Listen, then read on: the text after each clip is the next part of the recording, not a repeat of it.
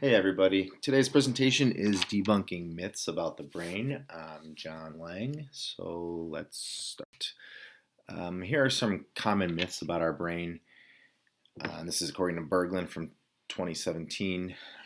First of all, our first myth, our brain development has finished by the time we reach puberty. Another myth is that learning happens by our brain creating new brain cells within it. When I heard this as a kid, I would think like my brain was just constantly growing with new brain cells, expanding bigger and bigger. Another myth is to see if someone's dyslexic, the best test is to see if they just see letters backwards. Another myth is that we use a small percentage of our brains, about 10%. And lastly, my favorite, when we sleep, that our brain like shuts down, like it's a light switch. When we're out, our brain's out. Today I want to focus on that last myth I just said, which is that when our brain is asleep, it's shut down. So let's focus on that a little bit more. It is false, of course, when our brain or when we're asleep, our brain does not shut down. It's the exact opposite. But just real quick, here are some inaccuracies about our brain and sleep that were thought to be true at one time, or even for myself when I was a younger kid, about my brain. According to Miller from 2005, it was believed that your consciousness shuts off when we sleep, and your brain is just doing absolutely nothing. Another inaccuracy is that people thought your brain is shutting down because the cortex connection just stops and there's nothing happening. Something I thought of when I was a kid, I thought when I went to sleep, all my organs and everything inside my body went to sleep too. Kind of like thinking our heart stopped beating and everything was just like turned off completely while we were asleep, getting rest. And something else we can probably relate to these days, because we're all probably up late doing college work, but it might be thought that as we're getting more tired, it seems like our brain is actually shutting down because we start to shut down. We see like we have a slower reaction time. We start to get groggy, tired. Sometimes we feel like we can't think straight, or maybe if we're around people when we talk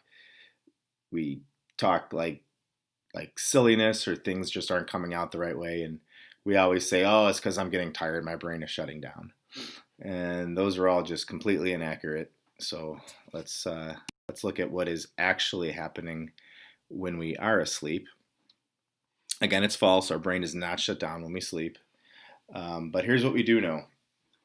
During sleep, it's a time for our brain to kind of consolidate the day's activities and everything that it just absorbed from your daily travels and learning and interactions with people.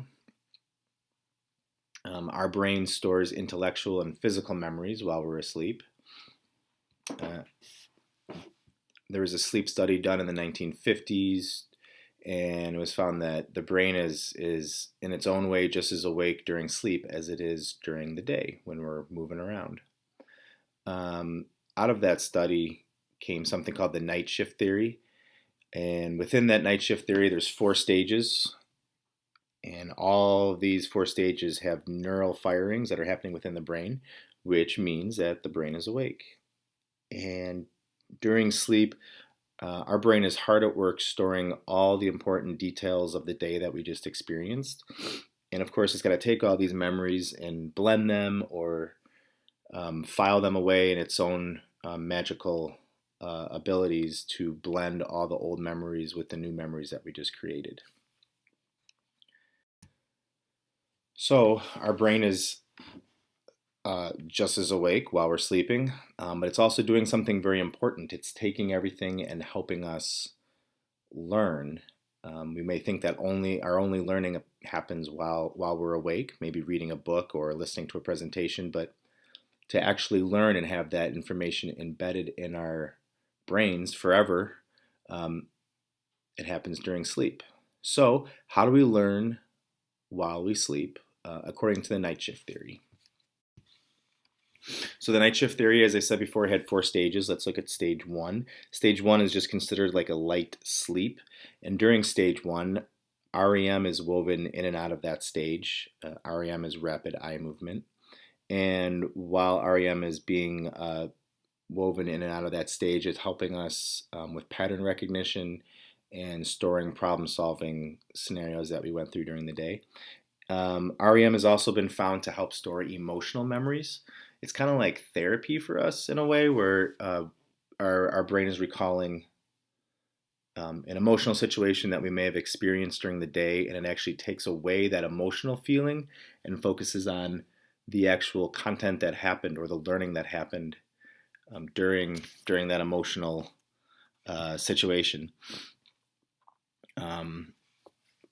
For example, if you were panicking while you were studying because you had a big exam, or you have a big exam coming up and you're in a panic mode, you're all frazzled, it might take away that emotional feeling of being frazzled and panicking, and it'll just store the memories of what you were studying, and it'll help you recall that the next day.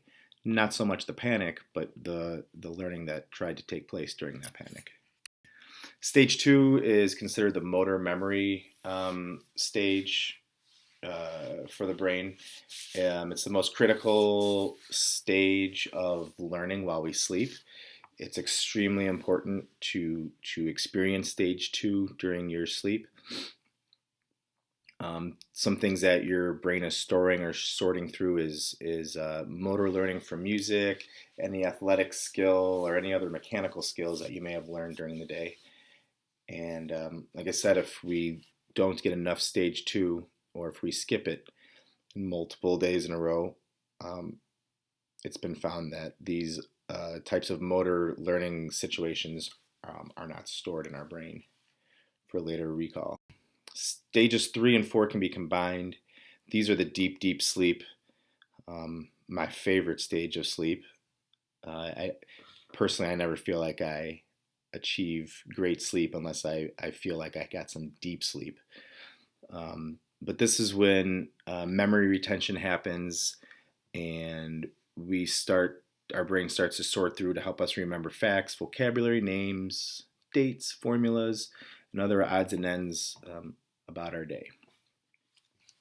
Thank you for listening and reading through my presentation about the brain and some of the myths about it, specifically how our brain just completely shuts down while we're asleep, when in fact it's working just as hard as it did, and it's helping us learn any of the activities and information that we've gathered throughout the day.